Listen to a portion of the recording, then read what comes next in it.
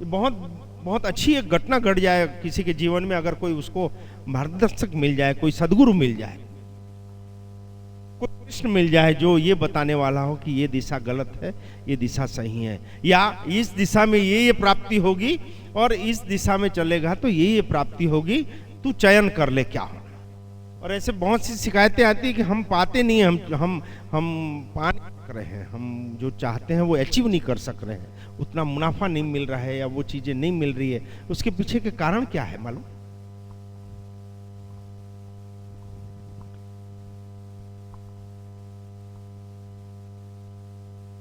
पढ़ी नहीं, ट्रेनिंग हमको बचपन से दी थी, हमको लगता था ये हमारी खूबी है, लेकिन जब प्रकट हो तो समझ में आया कि ये खूबी तो जगदम्बा आपकी थी कि आप पीछे खड़े हैं।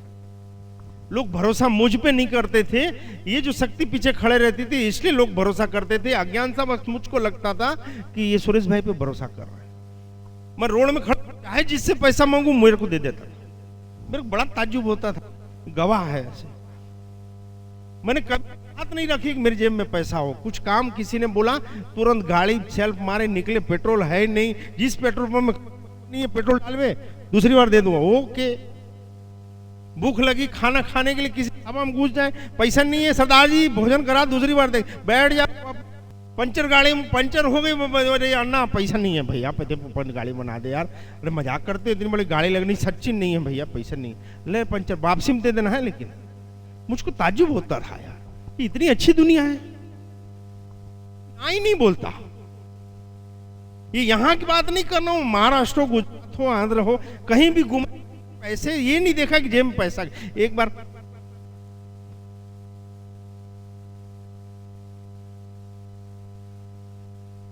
आई लव यू, ये मेरी सबसे बड़ी शक्ति है, ये प्रकट शक्ति है बेटा। एक बार हम दोनों को ऐसी तड़प उठी माड़ी से मिलने की खेड़ा में, इतनी तड़प उठी, हम दोनों ने राजू भैया को, राम भैया को बोला जाना है, हरिओम नगर आए। उस दौरान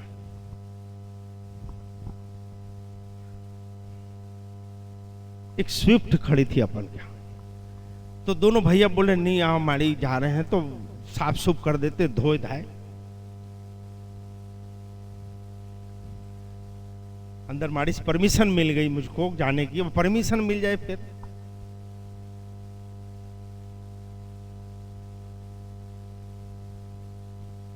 सुबह निकले थे, सुबह निकले, शाम को निकले, दोपहर को भोजन करके निकले।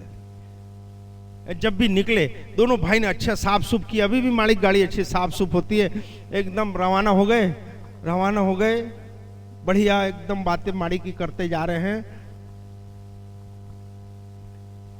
अमरावती से मुड़े धारणी घाट आया, धारणी घाट आया तो दिमाग काम किया, अभी टेप तो लगाया ही नहीं है, दो ही हैं गाड़ी में।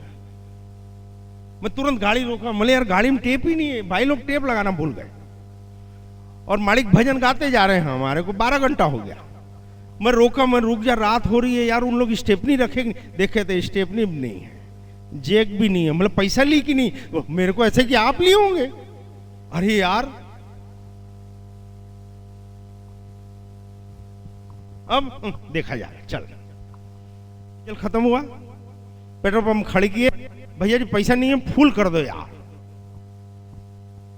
समझी लगते हो क्या? मैं बोला अभी शादी तो हुई नहीं लड़के की, पर वापसी में दे देंगे, नहीं आए तो मुझे तेरे तक दिल ले जाएंगे यार। यही बात भी सही है यार।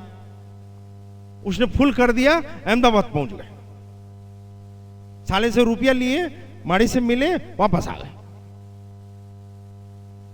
झूठ है? ये भी संकोच नहीं करती थी, ढाबे में चलती, चल बैठ जा खाने, पैसा नहीं है तो ऐसा बर्तन मांज लेंगे, क्या हो गया।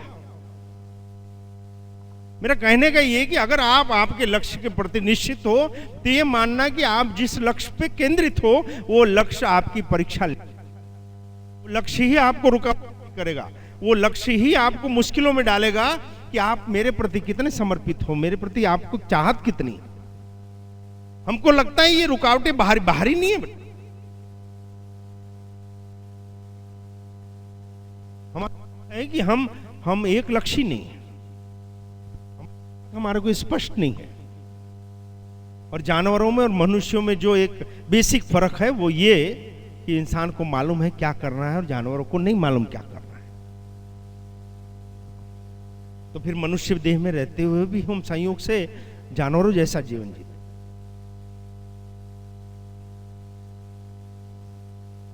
मुझको माड़ी होना। फिर कोई हाथ जोड़ के बोले और कोई कमर पे हाथ दे तो ठीक, मुझको क्या फर्क पड़ता, मुझको माड़ी होना बस। और हमारे काम के प्रति हम 100%। ज्यादातर लोग यहां पैसे के लिए आते हैं देव स्थान में, या आर्थिक उन्नति नहीं हो रही है उस कारण, या घर में सकून प्रेम नहीं है। हम किसी भी रिश्ते में हो, किसी भी काम, हमारा 100%। लेकिन हम ये देखते हैं कि तनख्वाह कितनी है, अभी इतनी तनख्वाह में क्या जान दे दे क्या, ऐसा बोलते हैं कि नहीं? हाँ जी, 8 घंटे में 4 घंटा काम करते हैं, तनख्वाह 8 घंटे की लेते हैं। ठीक है, हमको नहीं मालूम था, आप बताए कि माणिक आने के बाद अब 8 का 8 घंटा ड्यूटी देता हूं। तो आपने कबूल कर लिया, बाकी कबूल नहीं करते। पर नौकरी जो कर रहे हैं वो उनको ऐसा लगता है भी इतने रुपए में क्या, और क्या घर द्वार दे दें क्या। ऐसे जीव ही उन्नति नहीं करते। जाग रहे हो ना? ढक्कन खोल के सुन लेना कान के। हमने जो भी किया बेटा वो तन्मयता से हो, तल्लीन होके किया, उसमें दिखावट के लिए नहीं किया। किसी ने मदद मांगी तो दिखाने के लिए मदद नहीं करते थे। किसी को अगर आश्वासन मैं हूं चिंता नहीं कर, तो ये नहीं फिर के गहने बिक जाए तो बिक जाए, सामने वाले की प्रॉब्लम सॉल्व होनी चाहिए।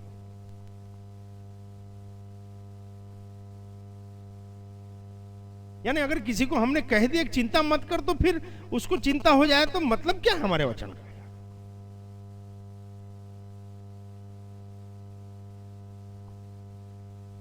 अब मान लो, चलो हम आस्तिक या नास्तिक, ये अलग मैटर है। आस्तिकों के लिए भी है, नास्तिकों के लिए भी है। जिसको श्रद्धा है उसको भी, और जिसको नहीं है उसको भी। ठीक है, रेडी? मान लो हमारी 5,000 है महीने की। ये शिकायतें भी सुनते हैं हम कईयों को, और हंसी आती है अंदर अंदर। 5,000 की तनख्वाह 10,000 की और 50,000 की, और हमारी कैपेसिटी से ज्यादा हमारा बॉस या हमारा मालिक हमसे काम ले रहा है। 5,000 की तनख्वाह 20,000 का काम ले रहा है हमसे, तो हम कितने दिन झेलेंगे ये बताओ? जवाब दिया करो तो मालूम पड़े। हाँ जी यार, 5,000 में और कितना रगड़ाएंगे यार, कितनी ऐसी तेजी कराएंगे? ये सुनने को मिलता है कि नहीं? ये उठता है कि नहीं सवाल?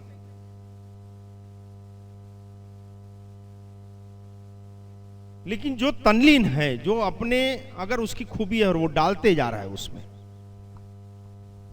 हमारे जीवन का अनुभव बता रहे हैं। बताइए क्या मिल रहा है नहीं मिल रहा है, इस सोच को छोड़ दो। लोग आप पे भरोसा कर रहे हैं, आपको काम दे रहे हैं, तो आप तकदीर वाले हो। नहीं तो कौन कुत्ता टांग उठाता है? आप में कोई खूबी कुदरत ने डाली है ऐसी, ईश्वर ने आपको ऐसी औकात दी, तो 4 लोग आपको पूछ, कोई सेठ आपको भरोसा कर रहा है, कोई मालिक आपके भरोसे में कुछ काम ले रहा है, हमको खुश होना चाहिए। और जब हम 5,000 की नौकरी में 10,000 का परफॉर्मेंस देते हैं, और ऐसा हम लोग 10 करते हैं, तो 10 साल में कितने महीने हुए? मैं गणित में कमजोर हूं भाई। हाँ जी, 120 इंटू 5,000 क्या तेरा? 6 लाख। तो 6 लाख अपन की तनख्वाह बनी, और 6 लाख रुपया वो कहां जमा हुआ? कोई तो देख रहा है ना, कोई तो देख। आप मानते हो कि नहीं बेटा कि कोई तो है?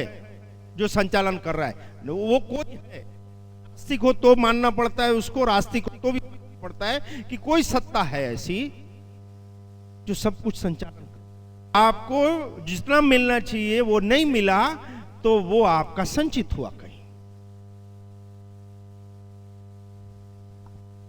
और जब हमारा समय आता है, जब हमारा पन्ना पलटता है, ऐसा नहीं सोचना बेटा कि कुदरत किसी के पन्ने पलटती नहीं है, सबके पन्ने पलटती है, किसी के जवानी में, किसी की पौड़ावस्था में, और किसी के पिछली जिंदगी में आखिरी उम्र में पन्ने तो पलटते हैं। ये लिखा है ये समय भी जाएगा। अगर आज अच्छा है तो भी पन्ना पलटेगा, अगर आज हमारा कठिनाई का समय है तो भी हमारा पन्ना पलटेगा, आज दुख है तो भी पन्ना पलटेगा, और अगर आज हम सुख में हैं आटो पर तो भी वो पन्ना तो पलटेगा। तब ये होता है, जानते हैं, साक्ष्य है ये कि हमने किसी को मिसगाइड नहीं किया, मजबूरी का फायदा नहीं उठाया, हमने किसी का टोपी पहना के उल्लू सीधा अपना नहीं किया। उसी का परिणाम है वो जो जमा हुआ, वो जब पन्ना पलटा तो इस रूप में प्रकट होता है कि पढ़ने वाला जीव भरोसा करता है। नहीं है कोई लिखा पढ़ी नहीं है, लाखों करोड़ों रुपए की सेवा, कहीं कोई लिखा पढ़ी नहीं है, कोई बॉन्ड नहीं है, कोई चेक नहीं है, कुछ नहीं।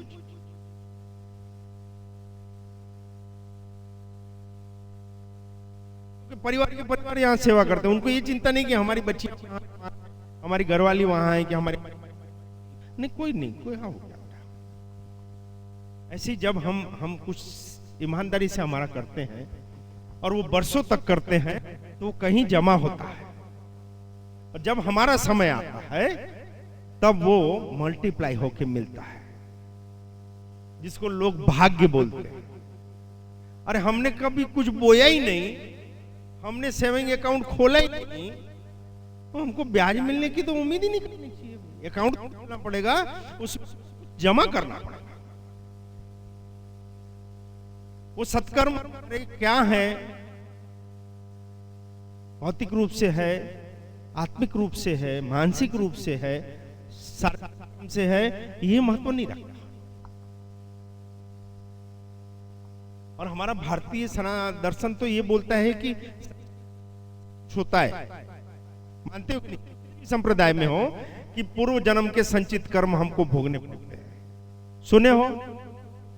मानते?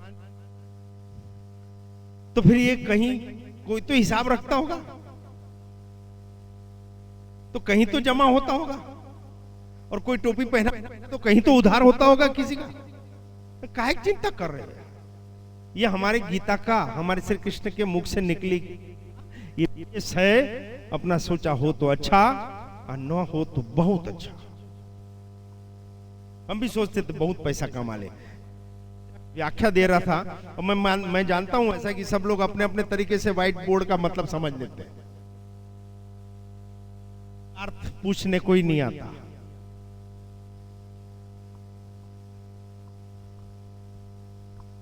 बच्चे को चॉकलेट बहुत, हाँ ना, बड़ों को भी लगती है, अब वो मम्मी से मांग मांग ही करते रहेगा तो कितना देगी उसकी अम्मा, कितनी चॉकलेट देगी बताओ? हाँ जी, 1 2 3, फिर तो बच्चे सोचते मेरे तो अच्छा, पर मां सोचती अब ना दूं तो ज्यादा अच्छा। तो अगर लौकिक माता पिता या बड़े बुजुर्ग या घर के जो मुखिया हैं वो ये जानते हैं कि घर के इस सदस्य को क्या, कब और कितना होना, तो क्या परम शक्ति नहीं जानते? उसने क्या हमारे लिए कोई प्रोग्रामिंग बना के नहीं रखा? वो परमात्मा ने अपनी छोटी छोटी आत्मा कुछ कुछ नियुक्ति करके नहीं रखी है। हमारा काम है मात्र हमारा 100%, 100% का परिणाम मिल जाए तो अच्छा, और नहीं मिले बहुत अच्छा कि जगदम्बा ने, भगवती ने, पिता ने, वायुगुरु ने और कुछ सोच के रखा। हम भी सोचते हैं हमारी फैक्ट्रियां हो, बंगले हो, 150 200 सब सेवा करते हो, काम करते हो, सब मिलके एक रसोई बने, ऐसा ऐसा कुछ करेंगे, कैंटीन करेंगे ऐसा। यहाँ से रायपुर जाता था की तरफ देखता था और प्रार्थना करता, माड़ी ऐसी ज्यादा नहीं 4 फैक्ट्रियां चलेगी। मांग छोटी तो रखते नहीं, मांग किससे रहे भी देखो। माड़ी ने बोला था कि जिंदगी में तेरे जेब नहीं रखूंगी मैं, देखा वो आज भी मेरी जेब नहीं है। मैं कहीं नहीं जाता फिर भी एक नाड़ा रखते हैं, मैं कहीं नहीं जाता पर फिर भी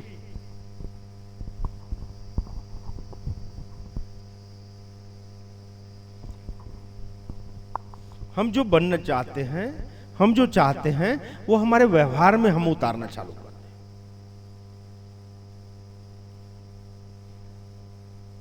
हमारी सोच संपन्नता की है, हमारी सोच सुखी होने की है और हमारा व्यवहार भिखारियों टाइप का है तो नहीं जमेगा।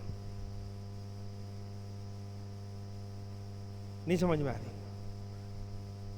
हम जो चाहते हैं वो हमारे स्वभाव में, व्यवहार में उतरना चाहिए।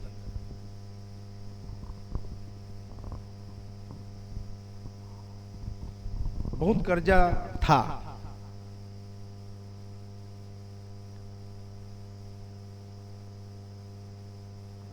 फिर भी कोई मदद को आता था तो ना नहीं निकलता था। मैं चाह के भी उसको ना नहीं बोल सकता था। और घर में जाऊं तो इसकी आंखें बोलती थी और हमारी माता जी जनेता, हमारी लौकिक जगत की जनेता, वो बोली ज्यादा राजागिरी मत दिखाया कर।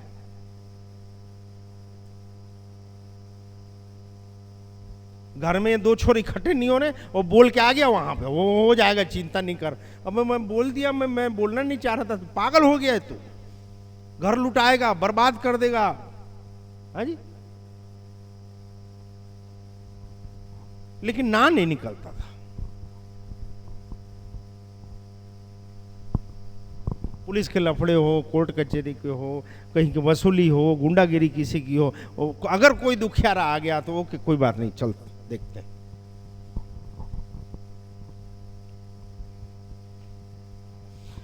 मैंने कभी किसी को कोर्ट नहीं जाने दिया, लेकिन उसके कॉम्प्रोमाइज बाहर ही करवाता था। और वो भी बोलता था, सुरेश भाई इतना बड़ा टेंशन गया, 20,000 रख ले यार। वो भी बोलता था, अच्छा झंझट कटा यार सुरेश भाई, तू बोल यार 2-5 हज़ार होना तो। साली जरूरत बहुत रहती थी, लेकिन उसमें भी हाँ नहीं निकलता था। यार उसमें क्या हो गया भैया, मैंने तो खाली राय दी, आप मान गए, आपका काम हो गया, उसमें मेरा क्या। लेकिन वो कहीं जमा होता है। ये मेरे जीवन का अनुभव बता रहा हूं बेटा, कहीं जमा होता है। आप ईमानदार रहो खुद के प्रति। हाँ, दुनिया से सर्टिफिकेट मत चाहो कि वो हमको अच्छा बोले, वो हमारे पे भरोसा करे, वो हमारा विश्वास करे, वो हमारी बात माने। बिल्कुल नहीं बेटा, खुद के प्रति ईमानदार रहो। हम जिस रिश्ते में हैं उसमें हमारे कर्तव्य क्या है, हमारी जवाबदारियां क्या है। हम जिस पोस्ट में हैं, जिस ओहदे में हैं, वहां हमारी जवाबदारियां, हमारी पोस्ट क्या है, हमारे कर्तव्य क्या है। और फिर देखो मस्ती।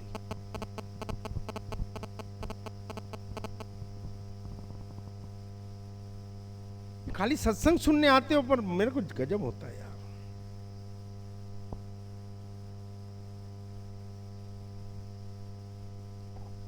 आपको एक खुशखबरी देनी थी।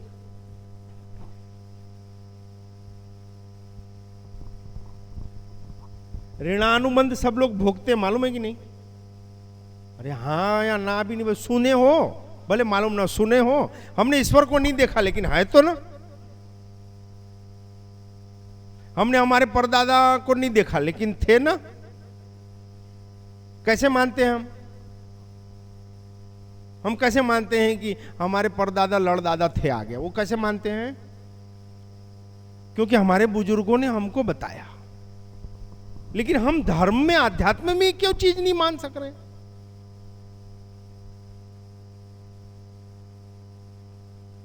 ये सब हवा में तो नहीं हो, कहीं तो कुछ होगा। हालांकि ये बात सही है कि मैं भी ऐसा सब गड़बड़ होता था मेरा।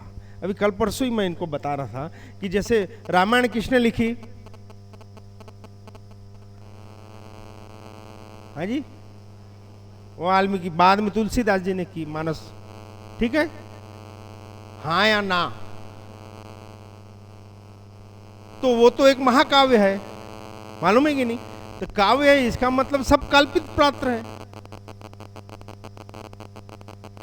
अगर वो महाकाव्य है तो ये बात निश्चित है कि वो सब कल्पित पात्र है, मात्र समाज की व्यवस्था बनाने के लिए राम का एक रूप बनाया गया, सीता का एक रूप बनाया गया, हनुमान का एक रूप बनाया गया, भरत का भाई कैसा होना, सासें कैसी होती है, और जो दूसरे का सुनता है उस घर में क्या होता है, ये सब जीवन चरित्र आ गया। मानिए बहुत बार सत्संग में आया कि वो लड़कियां कभी सुखी नहीं होती जो शादी के बाद अपने माँ बाप की बात करती है, या वो माँ बाप कभी सुखी नहीं होते जो शादी के बाद बार बार फोन करके या चिट्ठियां लिख के या लड़कियां जाके बैठ के उसके हाल चाल लेते हैं। तो क्या रामायण में नहीं है? लेकिन हम सुधरेंगे नहीं, है नहीं? रोज फोन करके, हाँ हेलो, अच्छा, दो कान इसलिए नहीं दिए कि इधर से सुनो इधर से निकाल दो ऐसा। और मेरे को तो ये बीच वाले बिल्कुल पसंद नहीं है, या तो तुम मेरे हो या नहीं हो ना। आपकी जवाबदारी जहां वहां रहो ना भैया, माँ बाप की जो जवाबदारी वो पूरी करेंगे और ना करे तो कुछ नहीं। तो अगर वो महाकाव्य है और सब काल्पित पात्र हैं, हाँ या ना? अब यहां से सोचो, अभी अभी यहां से मत सोचो, श्रद्धा की बात नहीं, अभी बिल्कुल श्रद्धा को छोड़ दो, प्रैक्टिकल हो जाओ एकदम।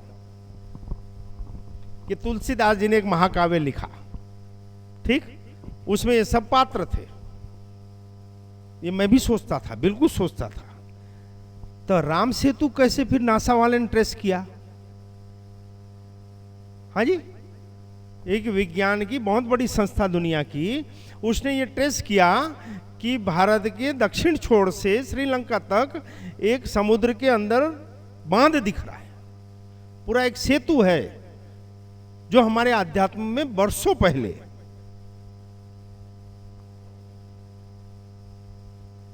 7-8 हजार 9 हजार साल पहले वो सेतु बांधा हुआ ग्रंथों में है। तो हमको स्वीकार करना पड़ता है कि सिर्फ काव्य नहीं है, ये तथाकथित बुद्धिजीवी अपना वर्चस्व जमाने के लिए इसको काव्यों की संज्ञा दे दिए। फिर कृष्ण को किसने देखा है? ये सब श्रद्धा की बातें हैं बेटा, श्रद्धा है तो वो है, वो श्रद्धा है तो हम गीता पे इतनी जबरदस्त जीवन के संग्रामों की जीत कर रहे हैं। नहीं तो गीता में कहां कृष्ण ने कोई सिग्नेचर किए हैं? कि रामायण में कौन से वहां पे वाल्मीकि जी के सिग्नेचर या अंगूठा लगा है?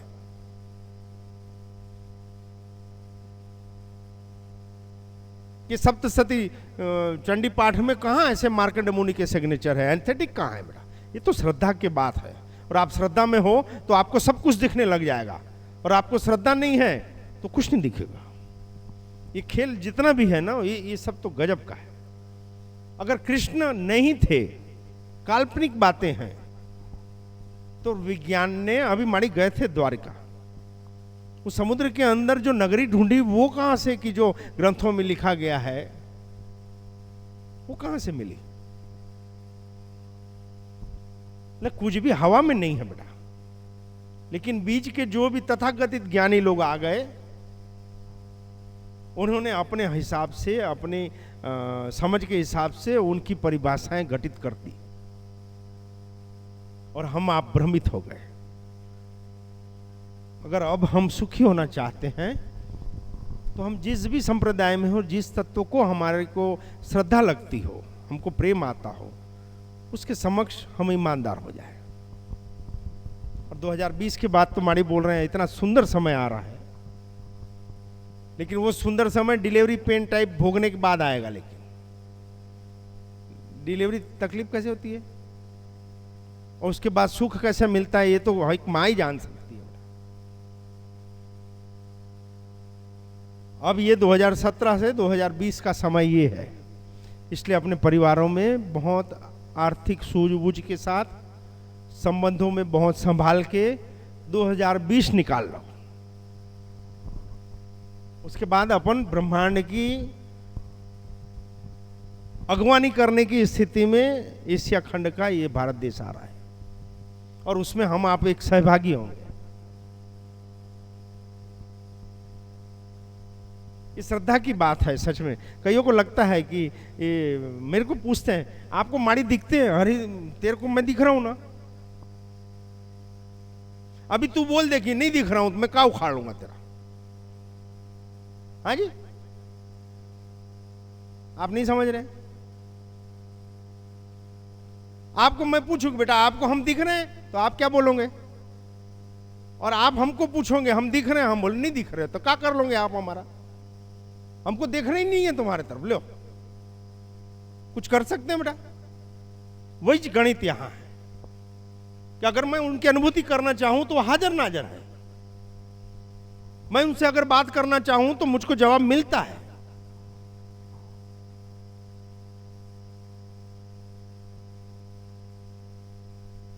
ये बहुत अच्छा उदाहरण बहुत समय पहले दिया था। ऐसा पूछते थे आपको कैसे सुनाई देता है? और कोई प्रॉब्लम नहीं है, आपने अपने रेडियो चालू नहीं किए। रेडियो नहीं है ऐसा नहीं है, वो अंतर्मन रूपी रेडियो ईश्वर ने सभी में लगाया है, लेकिन आपने उसमें क्या लगा के रखा है? पैसा पैसा पैसा पैसा पैसा, नाम, इज्जत, शोहरत, बंगला, लोग क्या कहेंगे, लोग क्या सोचेंगे, ये सब बैंड लगा के रखे हैं, तो वही सुनाई देता है। पड़ोसी क्या बोलेगा, समाज क्या बोलेगी, रिश्तेदार क्या बोलेंगे, क्यों? आपने वो फ्रीक्वेंसी सेट करके रखी है, तो आपको वही सुनाई देता है। वो हमारे रेडियो में स्टेशन उनका है,